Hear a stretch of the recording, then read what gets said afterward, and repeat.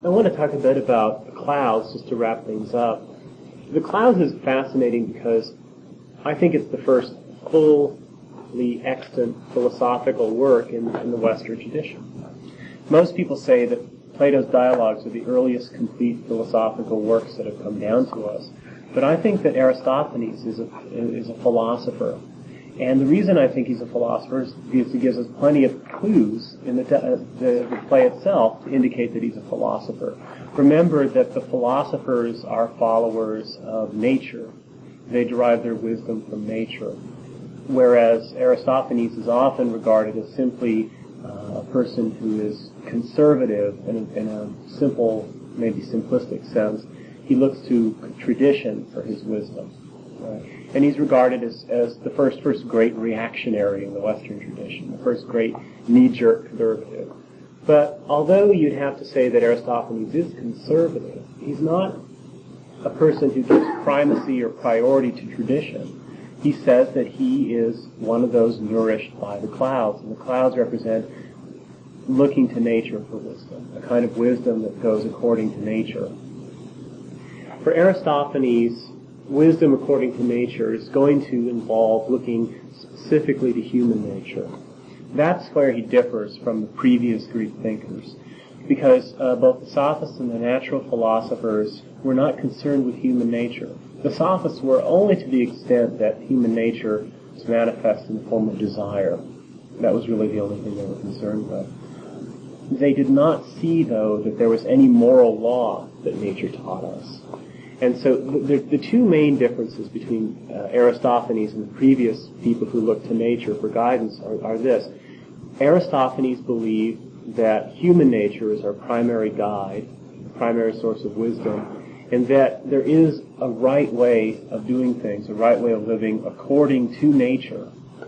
But you have to look to human nature to discover that. You can't look to the nature of gnats and fleas in order to discover how human beings should live. But if we look to ourselves, to the human condition, to human nature, to human life, you're going to find clues as to how to live well.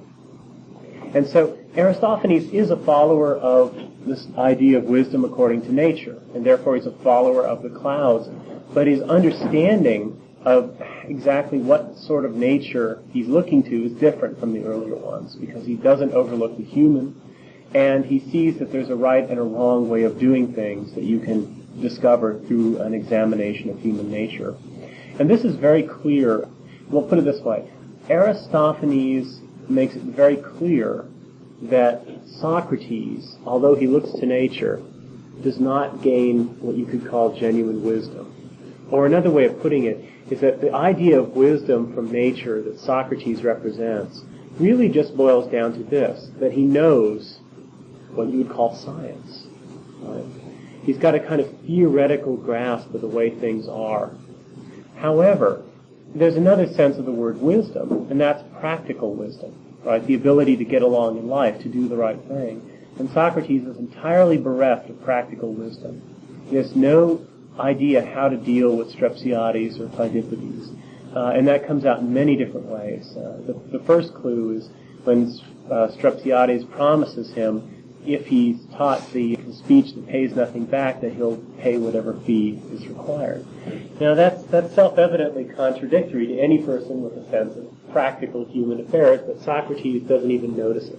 That's very interesting to see how foolish, in a way, Socrates is. He thinks he's becoming wise, but really, by any conventional standard or any sort of natural use of the word wisdom and folly, you'd have to say that Socrates is a fool. And so another thing that Aristophanes is really pointing towards here is the idea that what wisdom truly is not knowledge of nature, because that can make you a fool. What wisdom has to be, then, is knowledge of what's right by nature, which requires that we know human things, we know ourselves, and we discover what's good, and therefore we can, in some sense, regulate our actions in accordance with what's good. So what wisdom for Aristophanes is the ability to make right use of things, make right use of anything, including knowledge of nature, scientific knowledge. You see, the clearest indication that a kind of knowledge is not wisdom is if you can think of a situation where that can be used foolishly, right? Science claims to be wisdom. Okay, well, if it's wisdom, then there can be no conditions under which science could be a form of folly. But yet we know of instances where scientific knowledge has been used in a foolish way. But if wisdom and science are the same thing, you'd never find foolish science. So we know that there's a difference between wisdom and science, because science requires wisdom in order to be used rightly. It can't be used rightly from its own resources, and therefore it needs to be supplemented from something that comes outside of it. And that's a clear enough indication that science is not wisdom. Now, that kind of argument will be very useful when you go through the theages, too. So we'll see that later. Go ahead. Was Aristophanes then sort of a transition person between pre-Socratic and Socratic thought? Yeah, I would say so. Yeah, and the way I would put it is this. Aristophanes is, in a sense, the inventor of what you could call Socratic thought. Because what Socratic thought is going to be is simply, again, looking to the human condition for moral wisdom. That's the Socratic Platonic model of what philosophy is. The search for wisdom through coming to understand the human condition. And wisdom is being defined here as the ability to make right use of things, the ability to live well, as opposed to just scientific knowledge that's really of no practical purpose. Remember what Socrates says when Strepsiades says, why are we studying these things? For nothing. There's no practical import to what Socrates is doing. It's a purely theoretical activity. That's pre-Socratic wisdom. Socratic wisdom, or if you will now, Aristophanean wisdom, is practical wisdom. And it's directed towards good conduct, towards living well, and it bases this capacity to live well on a knowledge of human nature. One interesting question is this. In the clouds, Aristophanes shows how the earlier natural philosophers brought about the collapse of morality in society and therefore paved the way for the sophists.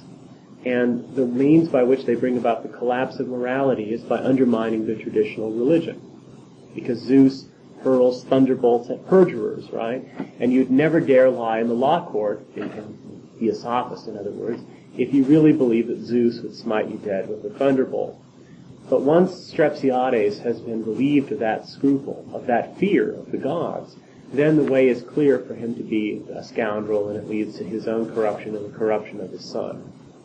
And so science undermines morality by undermining religion. And the reason why it undermines morality by undermining religion is that traditional religions are filled with moral teachings, and they give sanctions, carrots and sticks, right, for doing good and bad. And natural science does not have a moral teaching, as Socrates and the pre-Socratic thinkers practiced it. Again, they looked to nature and saw no moral law at all. They just saw a bloody struggle for survival, and they thought that morals were simply conventional, and that these conventions represented, in some sense, imposition on the liberty of the mind that was somewhat ignoble, and they also represented an imposition on our natural desires, and therefore they were to be regarded with contempt. For the pre-Socratic philosophers, morality sort of goes out the window, because they regarded as morality and religion as of a piece, and they regarded them as merely conventional and as not fundamentally true. And so they were somewhat contemptuous of morality and religion, simply because they were conventional, and because as conventions, they, in a sense, prevented us from seeing nature as it is, and also preventing us from living by nature in our own lives by satisfying our desires. So the pre-Socratic thinkers undermined religion, and thereby undermined morality altogether. Now, when you look at Aristophanes, though, you see a thinker who believes that there's a right and a wrong according to nature.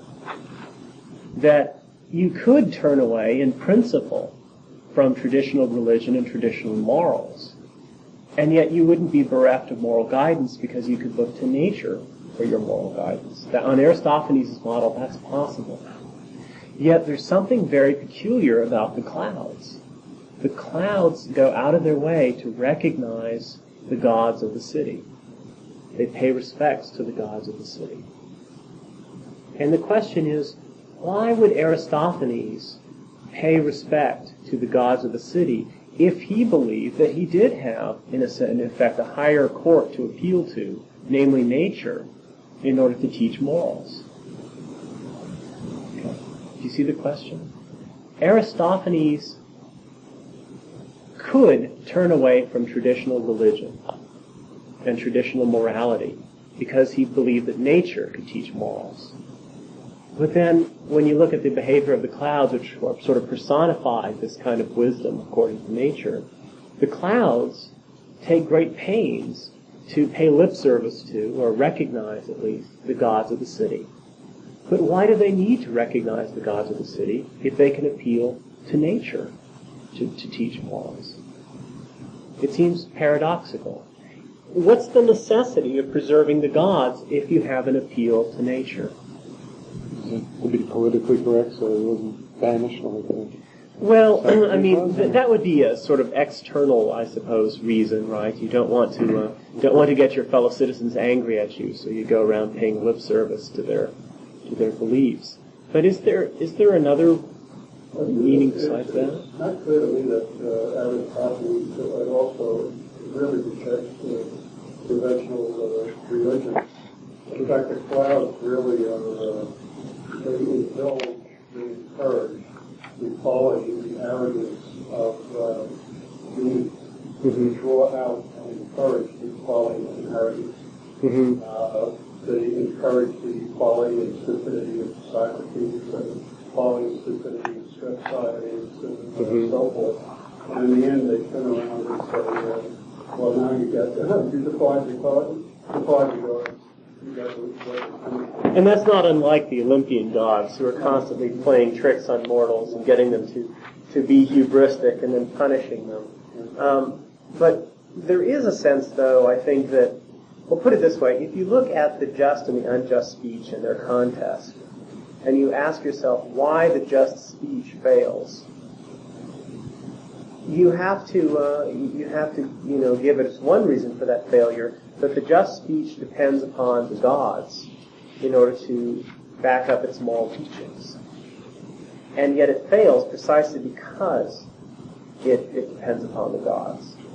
And that, I think, is an indication to us in a very subtle way that Aristophanes regards an appeal to the gods as, at least in some cases, something that undermines moral teachings. Right? And so that would give even more force to the question, if he regards the gods as such bad moral examples, why not dispense with them altogether? Why not toss them out and go directly to nature? It is an interesting question because he does seem to want to pay lip service to or recognize the gods, even though he gives very good indications that his own values, the more traditional values that he wants to uphold, are in fact undermined by the very religious revelations that are being brought forward to back them up or to shore them up, to justify them. Yeah, it is interesting that Hermes, the god, appears at the end, which is another gesture in the play, right, that the playwright is recognizing the gods even though he recognizes the limitations of the gods. Another thing that's very interesting is near the end of the play, when Strepsiades and Pheidippides are arguing after the beating,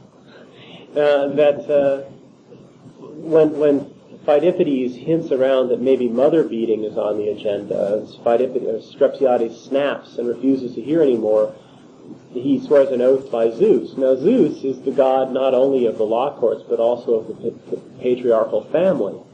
And he suddenly realizes that the Zeus he had to overthrow in order to cheat on his debts is the Zeus he needs to appeal to preserve his family's order. And Pheidippides says Zeus doesn't even exist. Vortex is king. Now either he's just mocking his father's stupidity by repeating his father's words, or you get a sense that Pheidippides himself really doesn't understand all of Socrates' teachings either. Okay, either way, I think the latter one's more interesting as an interpretation. But Strepsiades responds, well, Zeus does exist. He does exist. And really, when you sort of strip away what he really means, he's saying he must exist. He's got to exist. Because the utility of Zeus is now apparent to him. Zeus provides an important prop to the moral order. And he needs that appeal if the family and the institutions of the society are to be preserved. Now, but it's interesting, why couldn't we all just explain to the Strepsiades of the world that that's all well and good, but there's a better reason. There are natural reasons for being honest and respecting your father and not having incest in the household. We can just put aside these religious superstitions and appeal to what's right by nature.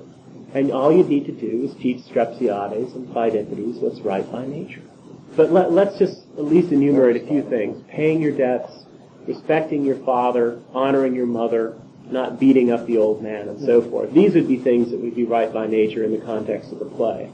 Why not just teach Strepsiades and Pheidippides what's right by nature? Then you could dispense with the gun. But let's just pretend that none of this horrible stuff ever happened, and instead of Strepsiades and Pheidippides going into Socrates' thinkery, they went into Aristophanes' thinkery instead. And Aristophanes said, look guys, Zeus doesn't exist, and Vortex isn't king either, but look, you should pay your debts, and you should honor your father and honor your mother and be a good guy, because couldn't you convince them? Couldn't you give a good solid knockdown ironclad philosophical proof that certain things are right by nature? Anarchy emerges. The son beats the father, and he's threatening to beat the mother.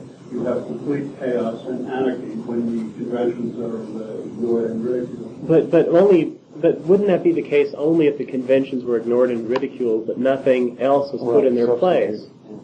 You see, why is it that Aristophanes seems loath to completely substitute nature for the gods? You could look forward to someone like Aristotle, who tries to give rational, nature-based justifications for moral living. Why Aristophanes clearly believes that that's possible, but why doesn't he avail himself of that? Why wouldn't Aristophanes, if he were alive today, basically say, look, one of the purposes of public education should be to strip away all of people's religious superstitions and teach them the right way of living, which can be justified by a rational appeal to human nature. So you're saying that what's one of the things that's natural to us is that we have these religious illusions? I mean, all religions can't be true. Right. So even if you're a partisan of the truth of one, you have to, if you take that seriously, regard all the others as illusory. And you have to come up with some kind of explanation for why people are so prone to these illusions. And you'd have to say, well, it seems to be natural. But still, a lot of these illusions give rise to such attitudes as slavery or widow burning and things like that. I mean, wouldn't you just want to get rid of those things? Sweep them away? Teach these Indians to respect women? I mean, wouldn't that be a good thing? Why would Aristophanes draw back from this conclusion? He seems to draw back from it. And he's seen where this belief, this skepticism that's already led to the corruption of the society, the public morals, and the private morals of the population. Right, but again, there's a difference between what he would be saying and what they're saying. Right. The old corruptors. The old corruptors are amoral, but he's a kind of moralist. Right. So why not replace religious morals not with self-seeking and hedonism and nastiness, but with intelligent, rational morals? Why not do that? Wouldn't that seem to be a great step forward in human civilization? And what's to prevent that? What's to prevent us from progressing from a religious superstition to an ethics based on religious taboos to a morality based on a rational understanding of nature? Well, I think that would clearly be part of it, but I don't think Aristophanes is one of these people who's in power, trying to hold the power to himself. Well, no, I want to see what comes up. Well, I mean, let me just raise this question. Can you imagine Strepsiades learning what's right by nature? Have we ever seen Strepsiades capable of learning anything by nature? No. Yeah. No. After being in the company of Socrates for that period of time, he never once got it. Never once, did he? Never, no. He needs someone to be able to point to, somebody to hand him something. Right. Because I mean, he can't think for himself. it's impossible for Strepsiades to have a non-theistic understanding of nature, right? As soon as he hears about the vortex, he just thinks that's Zeus's son who's overthrown him. And Phidippides is apparently in the same boat. I mean, one of the things that you learn when you look at human nature, right, is what? When you look at human nature, what do you see? Well, that's true, but also you see that some people are more capable of changing than others. There's definitely levels of ability. Exactly. I mean, But he's an old man. he's old and slow, and he knows himself. And in fact, at the beginning, he says, "I know myself to be old and slow," which is something that Socrates doesn't know. But that's what Socrates' motto becomes later: "Know yourself." Strepsiades knows himself, and he knows that he's old and slow. He's literal-minded. He's kind of dumb. Now. And what Aristophanes is showing us is that part of Socrates' lack of knowledge of human nature is manifested in his willingness to try and teach what nature is to someone like Strepsiades. Because he looks at Strepsiades and he doesn't see that Strepsiades can't learn, and to what extent he does learn will just eventuate in his corruption rather than his improvement, right? And that one ought not to want to have those kinds of students. They bring disgrace and destruction upon yourself. This is what a man who would know something about human nature would conclude about Strepsiades, but Socrates doesn't. And this is his undoing. Socrates is unaware of human nature, and specifically the different kinds of human beings, the different types of men. And there are some types who can never know what exists by nature, what's right or wrong by nature. And therefore, if you ask, well, how do they learn what's right or wrong? Well, they learn it through religion. However, he's also fully aware that religion is somewhat limited, and that one of the quickest ways of corrupting a society, put it this way, I think the average American who believes in Christianity is morally better than they would be if they didn't believe in anything. However, if you became too enthusiastic about the Bible, I think that chances are you would be worse than a non-believer. This is one of the dangers. There's lots of stuff in the Bible, go out and kill the Canaanites to the last man. Well, okay, we have to go find the Canaanites and kill them. This professor at the University of Georgia was a very Orthodox Jew, and he claimed that he followed all the laws. And a friend of mine who was studying with him said, well, what about killing all the Canaanites? And he said, well, they're all dead. And I said, well, he said, I didn't say this, my friend said this, well, what if you were, the new neighbors moved in next door, and you were to go over to give them a housewarming gift, and you'd discover Canaanite literature on their coffee table. I mean, what would you do? And he was just appalled that he had to face this question and somebody was bringing this up. But he didn't know what he would do. And the thing is that he was really better than his religion, right? Yeah. Because he wasn't an enthusiast, and he was only following basically the good precepts of it and not following the bad ones. Okay? And the capacity to distinguish between good and bad precepts of religion presupposes, doesn't it, some sense of what's right and wrong over and above what the religion tells you. Okay? Well, acknowledging conventions is part of human wisdom and acknowledging human nature. I mean, if you're a student of human nature, you would have to acknowledge conventions. You would have to acknowledge that they're natural, but they're not. You don't necessarily have to acknowledge that they're all good. No, right. You see, that's the thing. And one of the things that's very clear about the clouds, again, is the recognition that the gods are just as much a source of morality as they are a source of corruption. And one of the things that leads to the gods being a source of moral corruption is the idea that you should do as the gods do, rather than do as the gods say. Remember, Zeus says, honor your father. Zeus himself overthrew his father. And Zeus came from a pathological, dysfunctional family, yet he's the god of a family order. That works fine as long as you recognize that you're supposed to do as Zeus tells you, but not do as Zeus does.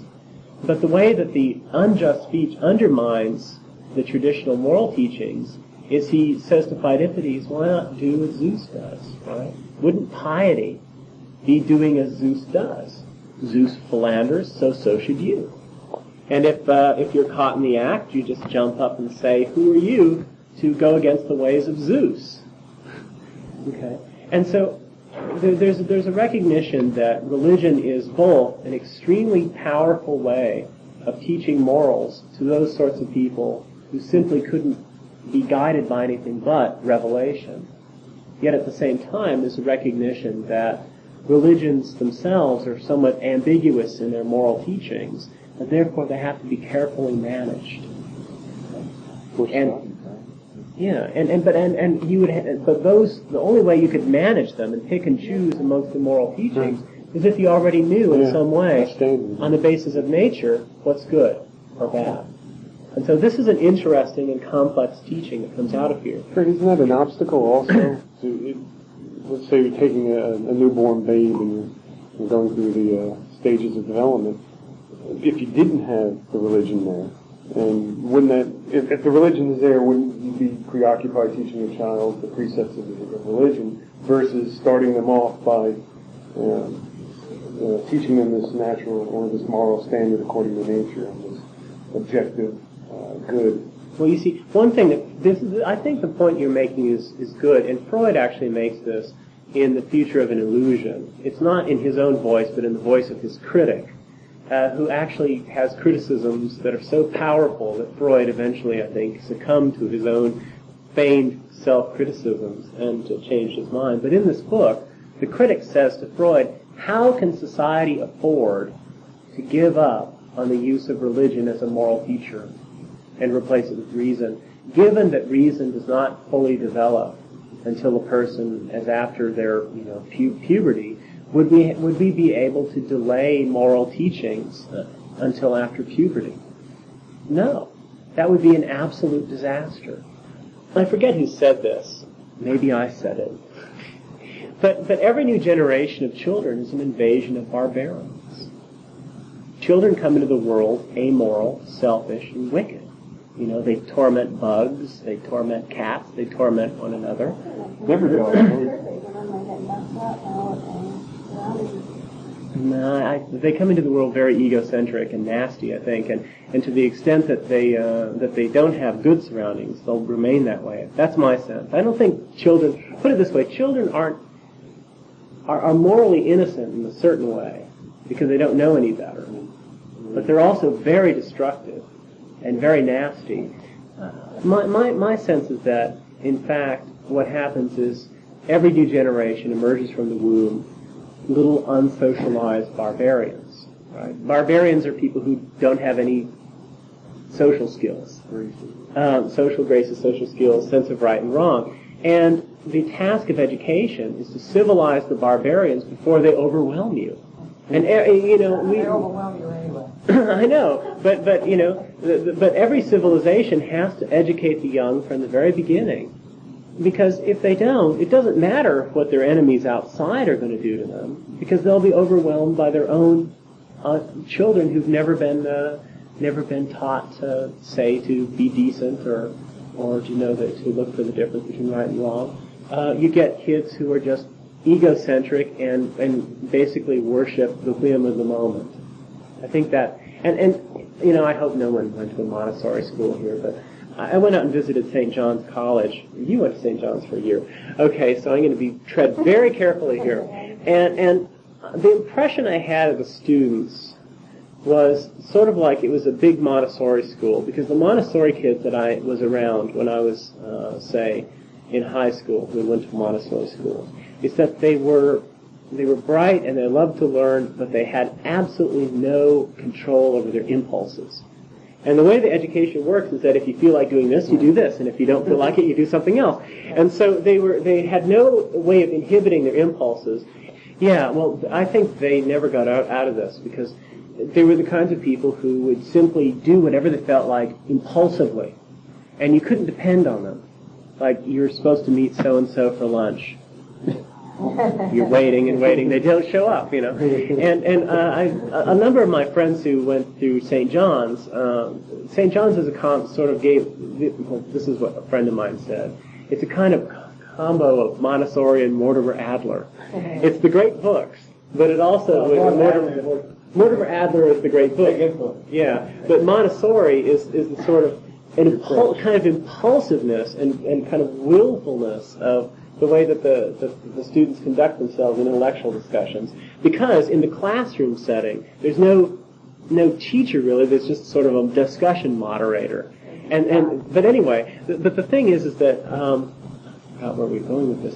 But the thing is that there are kinds of education that, put it this way, if children are left to their own devices, they tend to be very much impulsive, egocentric, and driven by their feelings.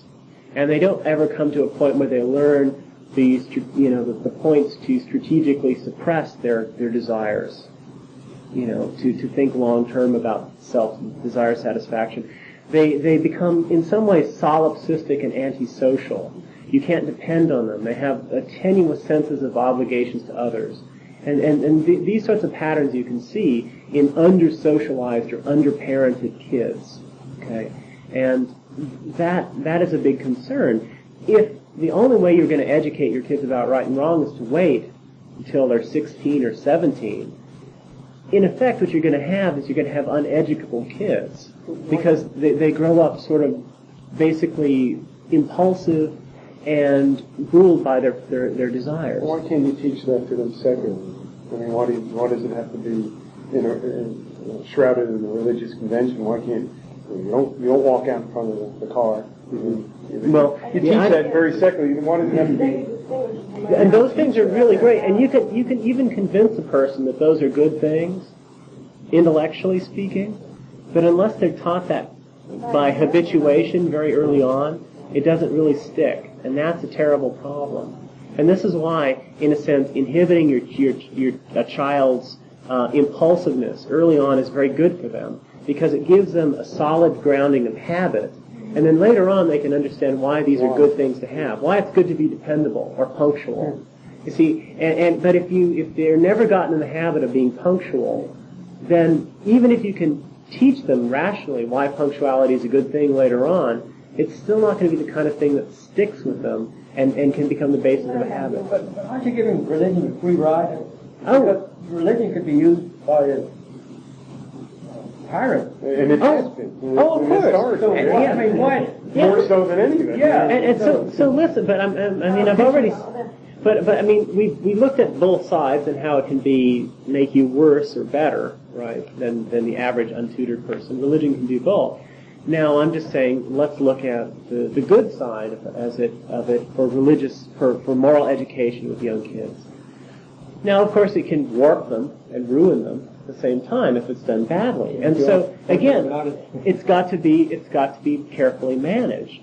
But there's a sense in which something like religious education seems to be indispensable for having a purchase on the minds of young kids.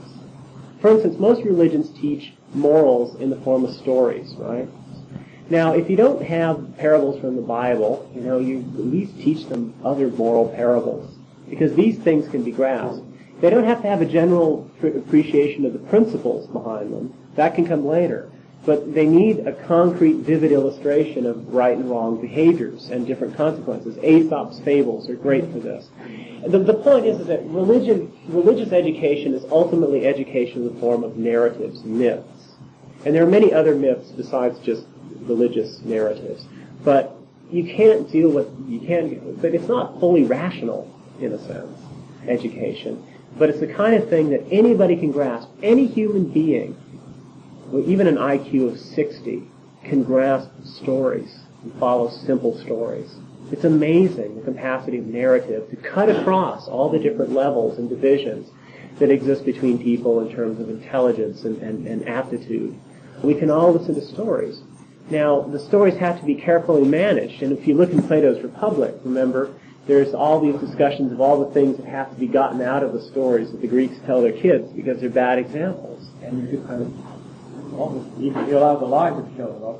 Well, refrain from the truth. When you talk about the fox and the grapes, do you ever tell your child the story of the fox and the grapes? Anybody here? Is that story true? Then you lied. You lied to your child. Shame on you. Shame on you. You see, when Plato talks about the noble lies, it's literally false stories. Right. False stories. False stories are not necessarily lies in the invidious or the immoral sense. Although you tell kids stories that are false all the time. Where do babies come from? Yeah, but yeah, well, let's not be dragged down into modern life now. But anyway, what's crucially important to understand is that there's a teaching about the relationship of morality and religion that's implied in the clouds that we're going to see next time when we look at Plato's Euthyphro. Okay, so all these things need to be sort of amplified from the lesson of the clouds so that we'll start seeing these things in Plato as we go along.